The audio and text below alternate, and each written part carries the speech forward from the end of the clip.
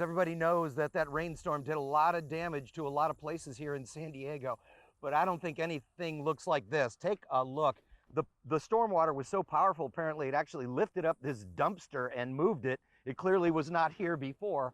But as Sean pans over to this now lake, this is, by the way, this is the sod field that normally has no water on it at all. You can see a big carpet of green, but as you can see, it is flooded. It is a lake, and it's not only full of the nasty sewage water, but it's also full of the solids that come down from Mexico as well. The plastics and the nasty and all the stuff that gets clogged up. And that is one of the reasons why we're talking here today, is all the solids that get stuck along the riverbed. They do some serious damage. And in fact, you'll find out in 1 second, this stuff actually can change the course of the river, creating the flooding that you're seeing here today. Check it out. It's about as close to the wild, wild west as you are going to get here in California. Unfortunately, the flooding and the heavy rain became a little too wild, even for these folks. When the rain started falling, the Tijuana River started flooding, and the rescue mission was on. In this case, entire horse farms evacuated to higher ground. So what happened yesterday is we had over 3 inches of rain in the local area, torrential rains. I think it was way more than was expected. So, of course, we got billions of gallons coming down the Tijuana River. In an ideal world, the Tijuana River should carry the rushing rain to the ocean. But there's nothing ideal out here.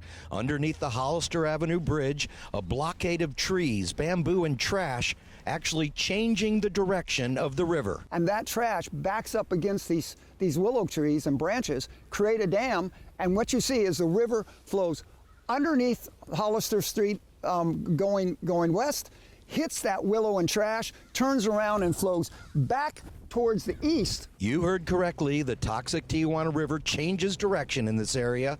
On one side of the bridge, a clear channel. On the other side, a roadblock of trees and garbage. This has been going on for decades now. I was a county supervisor when they started saying no. It's time that the county supervisor from the area, the city councilman from the area, the assemblyman from the area, and the congressional delegation take a look at the fact that you got to stop ignoring this problem. But this latest catastrophe makes it difficult to ignore any longer. The problem is, who do you talk to? Depending on where you're standing out here, it could be the city, state, or federal government, with responsibility overlapping in some cases. We have multiple jurisdictions, multiple municipalities sort of fighting over who's responsible or whose job it is to clean it up. We need those guys to stop the squabble and, join the band, and let's get this thing fixed. Then there's the endangered species that live out here, specifically a protected bird that is allegedly impacting the entire valley. But what has happened is they do it in the name of the environment for a bird called the least Bell's vireo, but by creating the dam and the trash comes down and dams up against the willow, they have caused flooding and destruction of more habitat of least Bell's vireo than anything that the channel would have done. But it's easier for a bureaucracy to say no. For the people who suffer out here on a regular basis, they are asking for help. How many times can one place be dumped on before something changes? Smuggler's Gulch, which runs from the Mexican border up to the main river channel, has been clogged for years with sediment and trash.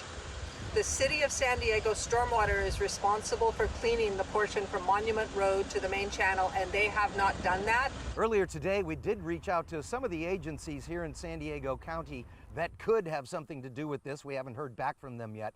But we also know that the mayor of Imperial Beach is headed to Washington, D.C. next week, talking about that magic $310 million for the sewage treatment plant that's over my shoulder.